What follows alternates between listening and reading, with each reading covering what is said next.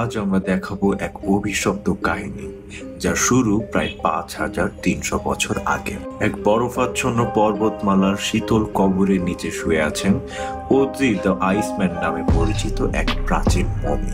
তার সাথে জড়িয়ে আছে এমন এক অভিশাপ যা বছরের পর বছর ধরে অজস্র মৃত্যু এবং রহস্যের সৃষ্টি করেছে। আপনি কি ওজির অভিশাপের সামনে দাঁড়াতে প্রস্তুত? ১৯৯১ সালের কথা। উত্তর ইতালির ওজ্জাল পর্বতমালার এক নিভৃত অঞ্চলে দুই পর্যটক আবিষ্কার করলেন এক প্রাচীন মানব দেহ। শীতল বরফে শুয়ে থাকা সেই দেহটি যেন কালচক্রের ধুলো সরিয়ে বেরিয়ে আসা এক অলৌকিক চিহ্ন।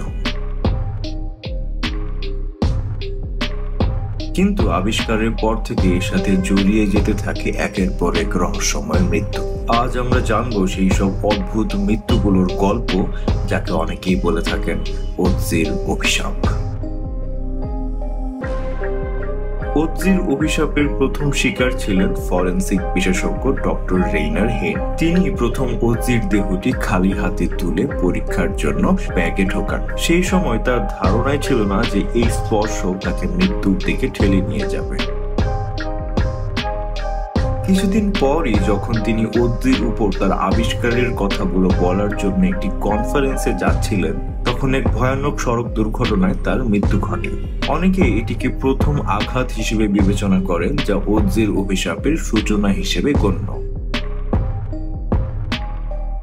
কার্ট ফ্রিটজ ছিলেন ওজির অভিযানকালে নিয়োজিত একজন পর্বতারোহী গাইড। ওজির দেহ আবিষ্কারের স্থানটি যে এলাকায় অবস্থিত, তিনি সেই এলাকায় পারদর্শী ছিলেন এবং দলটির সুরক্ষার দায়িত্বে ছিলেন। কিন্তু এক অদ্ভুত ঘটনায় একটি তুষার ধসে শুধুমাত্র তিনিই মারা যান, যদিও তার দলের অন্যান্য সদস্যরা প্রায় অক্ষত অবস্থায় সেখান থেকে ফিরে আসে। অভিজ্ঞ পর্বতারোহীর এরকম অদ্ভুত মৃত্যু ওজির অভিশাপকে আরো শক্তিশালী করে তোলে। রেইনার হোয়েলস ছিলেন একজন অস্ট্রিয়ান সাংবাদিক এবং প্রামাণ্যচিত্র নির্মাতা। একমাত্র তিনি ওজির উদ্ধারের পুরো প্রক্রিয়াটি ক্যামেরা বন্দী করার সুযোগ পান। তবে ওজি নিয়ে একটি প্রামাণ্যচিত্র মুক্তির কয়েক মাস পরই প্রায় ৪৭ বছর বয়সে তিনি মস্তিষ্কের টিউমারে আক্রান্ত হয়ে মৃত্যুবরণ করেন। তার মৃত্যুর পর ওজির অভিশাপের আলোচনা আরো ছড়িয়ে পড়ে। হেলমুট সিমন ও তার স্ত্রী ১৯৯১ সালে ওজির দেহ প্রথম আবিষ্কার করেছিলেন, কিন্তু ২০০৪ সালে শীতকালে এক অদ্ভুত ঝড়ের কবলে পড়ে তিনি বরফে চাপা পড়েন। পর্বতে তুষারের মাঝে আটকে পড়া সিমনের দেহ অনেক খোঁজাখুঁজির পর উদ্ধার করা হয়। হেলমুট সিমনের মৃত্যুর কয়েক ঘন্টা পর তার খোঁজে নিযুক্ত উদ্ধারকারী দলের প্রধান ডিটার ওয়ারেনও হার্ট অ্যাটাকে মারা যান। দুজনের এমন আকস্মিক মৃত্যু এই অভিশাপকে এক ভয়ঙ্কর সত্যের কাছে দাঁড় করিয়ে দেয়। প্রত্নতাত্ত্বিক কনরাড স্পিন্ডলার ওজির দেহের প্রথম অধ্যয়নকারী ছিলেন এবং তিনি অভিশাপের গুজবকে উড়িয়ে দিয়ে বলেছিলেন এটা মিডিয়ার তৈরি করা একটা নিছক গল্প। কিন্তু ঠিক ১ বছর পর তিনি বহুদিনের অসুস্থতার পর মারা যান। তার মৃত্যু এমন এক সময়ে ঘটে যখন ওজির অভিশাপকে এক উপহাসের চোখে মানুষজন দেখতে শুরু করেছিল।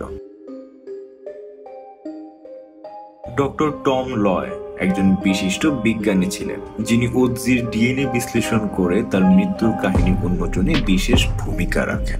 তিনি ওজির পোশাকে একাধিক মানুষের রক্তের নমুনা শনাক্ত করেন, যা প্রমাণ করে যে মৃত্যুর আগে ওজি একটি সংঘর্ষে লিপ্ত ছিলেন।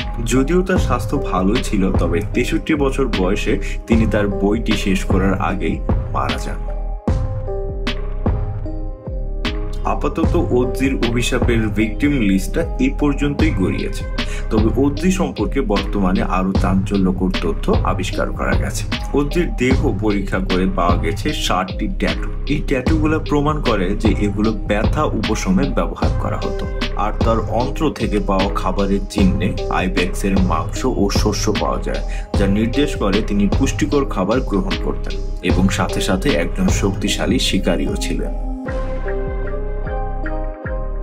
সাম্প্রতিক গবেষণায় আরো জানা গেছে ওজির গায়ের রং গাঢ় এবং তার চুলের পরিমাণ কম ছিল। তার পূর্বপুরুষরা সম্ভবত আনাতেলিয়ার কৃষকদের সাথে সম্পর্কিত ছিলেন।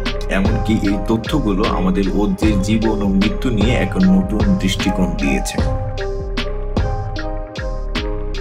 আজও ওজি শুয়ে আছেন ইতালির বোলজানোতে। দর্শনার্থীরা তাকে দেখতে আসেন প্রতি বছর। কিন্তু এই অভিশাপ কি সত্যি, নাকি শুধুই একটি কোইন্সিডেন্স? তাহলে আপনি কি সাহস করবেন ওজির কাছে যেতে? তার অভিশাপের কাহিনীটা কতটা সত্যি? আজকের জন্য এই পর্যন্ত। যদি এই ভিডিওটি ভালো লেগে থাকে তাহলে পরবর্তী ভিডিওর জন্য প্লিজ আমার চ্যানেলটি সাবস্ক্রাইব করে ফেলুন। এরকম আরো ইন্টারেস্টিং গল্প বলার জন্য আমি পরবর্তী ভিডিওতে হাজির হয়ে যাব। এবং কমেন্টে অবশ্যই জানাবেন আপনি ওজির অভিশাপে বিশ্বাস করেন কিনা।